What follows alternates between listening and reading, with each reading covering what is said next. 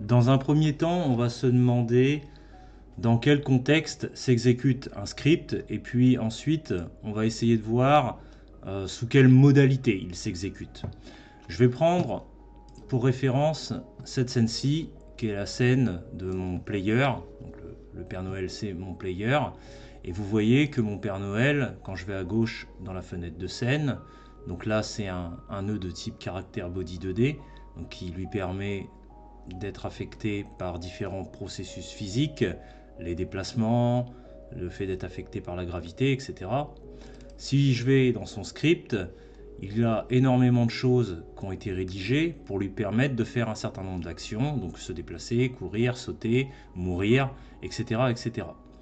Vous voyez que quand je suis dans ma scène, mon personnage il fait rien de particulier. Le script ne se lance pas. Il est inactif. Donc, en théorie, par défaut, quand on est dans l'éditeur, un script ne prend pas effet. Si je prends cette scène-ci et que je la lance, vous voyez que là, mon personnage se met à courir. Donc là, il se passe plusieurs choses, c'est-à-dire que mon niveau 1, si on regarde encore une fois à gauche dans la fenêtre des scènes, il a un script qui lui permet de faire un certain nombre de choses. Voilà, en l'occurrence, le script lui dit rien de particulier, donc ça n'affecte pas le niveau, mais on pourrait très bien dire que la musique, par exemple, là je l'ai mis en autoplay. Hein, si je vais sur l'icône de musique et qu'on regarde à droite dans les paramètres, c'est en autoplay. Mais on pourrait éventuellement faire en sorte que la musique ne soit pas en autoplay et dans notre script, taper des lignes de code qui nous disent voilà, au bout de tant de secondes, tu lances la musique après que le niveau est démarré. Donc le script affecterait le niveau. Mais on voit que au-delà de ce script là qui est rattaché au niveau, on voit que j'ai d'autres éléments qui sont, je le rappelle, non pas des enfants directs, mais des scènes indépendantes qui ont été instanciées comme des enfants. Donc là, par exemple, le Père Noël, on a notre modèle global de Père Noël, c'est une scène indépendante, et je l'ai instancié dans mon niveau comme une représentation du modèle que je viens de vous montrer, et en tant que représentation, elle se comporte comme un enfant du niveau. Mais pour autant, elle garde les propriétés de son modèle, donc de cette scène-ci. Et comme dans ce modèle, il y a un script qui définit un certain nombre de choses, eh bien, ces choses-là, elles s'appliquent aussi à sa représentation qu'on a intégrée dans notre niveau. Et ça explique pourquoi notre personnage court. Mais vous voyez qu'il court quand je lance la scène. Donc quand je mets en route, entre guillemets, le jeu, là, en lançant la scène, je mets juste en route le niveau, ce niveau-là précis. Et vous voyez encore une fois que dans l'éditeur, il ne se passe rien.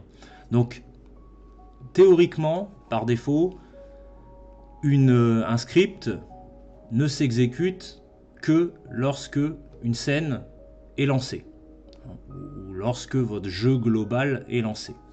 Mais, vous allez peut-être me dire, il y a quand même un truc bizarre, c'est que ici, dans ma scène qui me permet de générer à partir justement d'une seule scène différents types d'objets avec leur propre forme de collision, on a sur notre nœud racine qui est de type Area 2D un script, et ce script là qui est censé permettre de faire des choses, eh bien il nous permet de faire des choses sans avoir à lancer la scène. Directement dans l'éditeur, je peux changer dynamiquement les choses, ce qui est très étonnant, puisque pour faire ça, ça veut dire que j'exécute le script, mais je viens de vous dire à l'instant que normalement un script, ça ne s'exécute que lorsque on lance là tout en haut, soit la scène concernée, soit le jeu dans son intégralité. Donc pourquoi ici c'est possible ?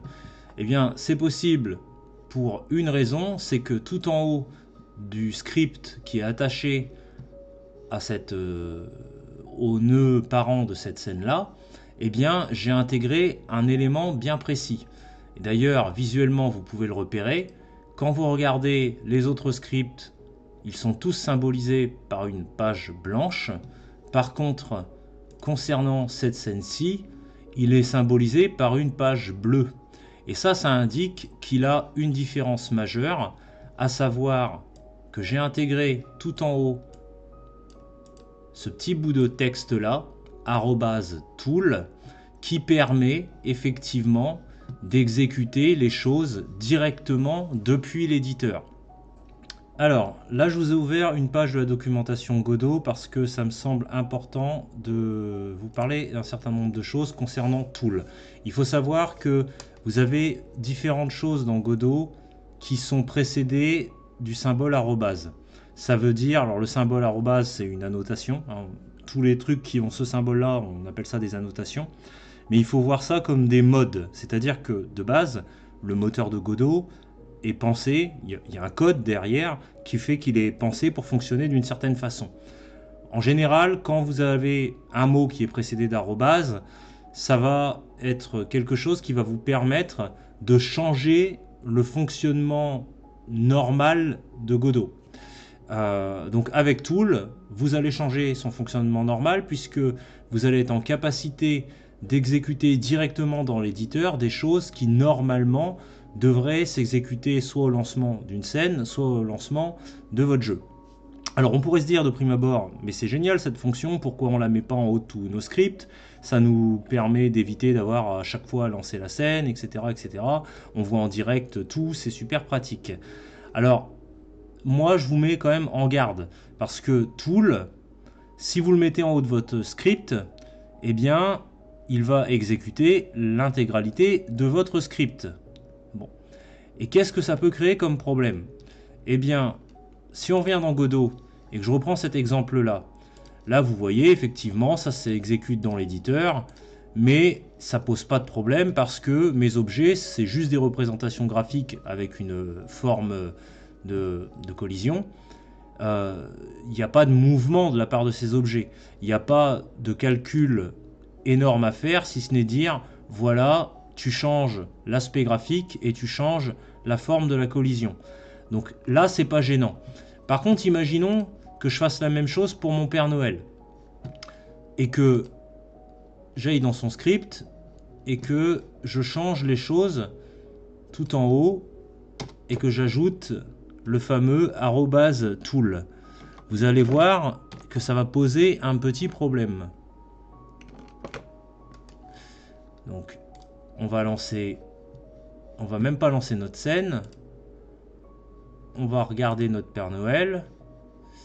Alors je pense qu'il ne s'y passe rien parce que à mon avis il faut que je relance la scène. Voilà, donc c'est celle-ci. On va l'ouvrir. Donc là vous avez vu mon Père Noël qui est tombé d'un coup. Et si vous regardez tout à droite dans l'inspecteur, donc à gauche je suis sur mon nœud racine, le parent, qui est de type caractère body 2D. Et à droite vous voyez que la position en X, elle n'arrête pas d'augmenter, elle est à plus de 5000 maintenant. Et en Y, elle n'arrête pas d'augmenter aussi. Pourquoi ça fait ça? Eh bien parce que je suis en mode Tool. Et en fait, même si on ne voit plus à l'écran, eh bien mon Père Noël continue de se déplacer. Et le problème que ça pose, et je vais effacer ça de suite, c'est que là, mon jeu, mon projet, l'éditeur et voire même le moteur en lui-même, peut se mettre à cracher. Pourquoi? Parce que vous voyez que du coup, il calcule à l'infini la position du Père Noël qui change en continu. Et le risque, c'est qu'à un moment, à force de demander à votre processeur de faire des calculs, et bien au bout d'un moment, il ne va plus en avoir la capacité, l'éditeur va se bloquer et le moteur va cracher. Donc ça, c'est une problématique que vous allez avoir. Et d'ailleurs, vous voyez, il faut bien fermer la scène parce que là, il était encore en train de continuer à effectuer les calculs. Là, vous voyez qu'il a arrêté, si on va à droite, d'exécuter les calculs. Par contre, il a gardé les dernières positions. Et vous voyez que de base, il est censé être à 0,0, il est à plus de 10 000 en X et à plus de 1 million en Y. Il a 1 805 000 et quelques. Donc on va le remettre en 0. Et ça, c'est vraiment un vrai problème. Le problème vient du fait que ce qu'il exécute, quand on met tool, c'est l'intégralité du script, dont les processus physiques que vous retrouvez ici. Donc, entre autres, le fait de se déplacer, mais pas que, vraiment tout. Le fait qu'il tombe en permanence, c'est parce qu'il est affecté par la gravité en permanence. Donc ça, il faut vraiment faire attention parce que c'est le meilleur moyen de faire crasher votre éditeur et le moteur en lui-même. Donc, il faut utiliser tool avec parcimonie.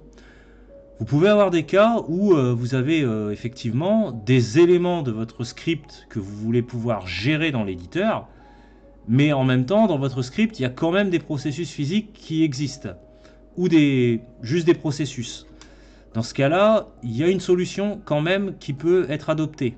C'est la solution qui est présentée ici dans la documentation, d'utiliser des conditions qui vont vérifier if engine is editor int, donc si vous êtes dans l'éditeur, ou if not engine is editor int, donc si vous êtes en dehors de l'éditeur, donc c'est-à-dire si vous êtes en jeu. Et du coup, vous pouvez spécifier des choses qui vont s'activer uniquement dans l'éditeur et d'autres qui pourront s'activer dans le jeu. Donc on pourrait dire par exemple if engine is in editor, là c'est une condition, et dire que les processus physiques n'ont pas lieu. Et pour ça, on dirait que la fonction physicsProcess delta est égale à false, par exemple. Comme ça, ça permettrait de faire en sorte qu'elle ne s'exécute pas lorsqu'on est dans l'éditeur. C'est une possibilité. Et on pourrait dire que, par exemple, if not engine is editor int, donc si on n'est pas dans l'éditeur, ce qui veut dire qu'on est dans le jeu, qu'on est dans une scène qui a été lancée, et bien là, physicsProcess delta, la fonction, redevient vraie, donc est égale à true. Ça serait une possibilité. Mais il faut avoir ça à l'esprit que @tool, c'est un mode qui va changer le comportement du moteur. Donc ça peut être utile dans certains cas pour tester des choses, mais attention quand vous avez des processus ou même des processus physiques, cela peut vite, quand je dis des processus, c'est par exemple une fonction process delta, mais des processus physiques, c'est une extension, vous voyez, c'est celle-ci, fonction physique process delta. Avec ces fonctions-là, il faut vraiment faire attention et soit vous utilisez avec parcimonie tool, soit vous l'utilisez en spécifiant précisément qu'est-ce qui doit être exécuté dans l'éditeur, qu'est-ce qui doit être exécuté dans le jeu, et qu'est-ce qui ne doit pas l'être dans l'un et dans l'autre. Voilà. Donc je vous laisse éventuellement aller voir plus en détail la documentation Godot, qui vous permettra vraiment de vous faire une idée un peu plus précise là-dessus. Donc ça, c'était vraiment important à mon sens de vous le mentionner pour éviter que vous ayez des bugs concernant l'utilisation de ce mode. Maintenant, on pourrait se demander aussi sous quelle logique s'exécute un script. Parce que dans un script, il y a plein de choses. Si je reprends celui du Père Noël, là on gère les collisions qui vont déterminer s'il a rencontré un objet qui le tue ou pas. Donc on gère s'il est mort ou s'il est vivant. On a par exemple des animations spécifiques à jouer lorsque le personnage meurt. On gère des déplacements. On va avoir aussi des sons à lancer lorsque le personnage meurt, etc. etc. Donc déjà, il faut avoir à l'esprit, avant même de penser à ce qui se passe dans le script, que un script, lui, il va balayer votre scène. De la même façon que quand vous lancez une scène, la scène va être balayée selon l'ordre des nœuds. Donc elle va commencer par le nœud racine, le parent, et elle va ensuite regarder tous ses enfants. Si l'enfant n'existe pas dans l'arbre, eh bien, il ne pourra pas y avoir d'effet dans votre scène, dans votre niveau par exemple, puisque le nœud n'existe pas. Il arrive parfois que des nœuds se mettent à exister qu'à partir d'un certain moment. Par exemple, si un de vos ennemis a la capacité de lancer des projectiles, eh bien les projectiles ne seront pas là en permanence à l'écran. Ils apparaîtront seulement dans certaines situations. Donc il faudra les faire spawner dans un cas de figure précis. Donc au lancement de votre scène, votre nœud projectile, il n'existera pas ici.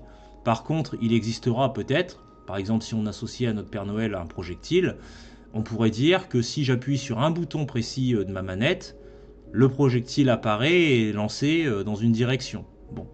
Mais du coup, le nœud projectile ne spawnera, n'apparaîtra dans mon arbre que lorsque j'appuierai sur le bouton.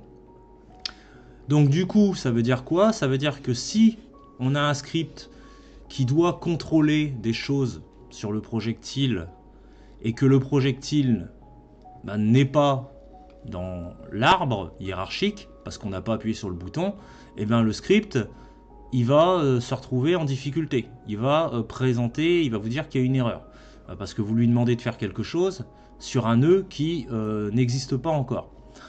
Donc il faut toujours avoir ça à l'esprit, c'est que de façon globale, lorsque vous lancez une scène, les nœuds sont balayés dans l'ordre où ils sont classés au niveau de l'arbre hiérarchique de votre scène, mais le script lui-même, alors déjà il balaye ça aussi, mais le script lui-même exécute ses tâches en fonction de la façon dont vous les avez rédigées au sein du script. C'est-à-dire que il va balayer de haut en bas les différentes choses que vous lui avez demandé de faire. Donc si vous lui demandez très tôt de faire une action par rapport à quelque chose qui théoriquement, soit dans l'arbre, soit au sein du script lui-même, doit arriver beaucoup plus tard, eh bien, bien entendu, il va se retrouver en difficulté. Là, par exemple, concrètement, là j'ai une petite condition qui me dit que dans le cas où le personnage est mort, on joue 2 sons spécifiques, on attend que les sons aient fini d'être joués, et puis on détruit la zone qui permet de détecter les collisions avec un objet qui tue le personnage. Et puis après, on lance la scène de Game Over.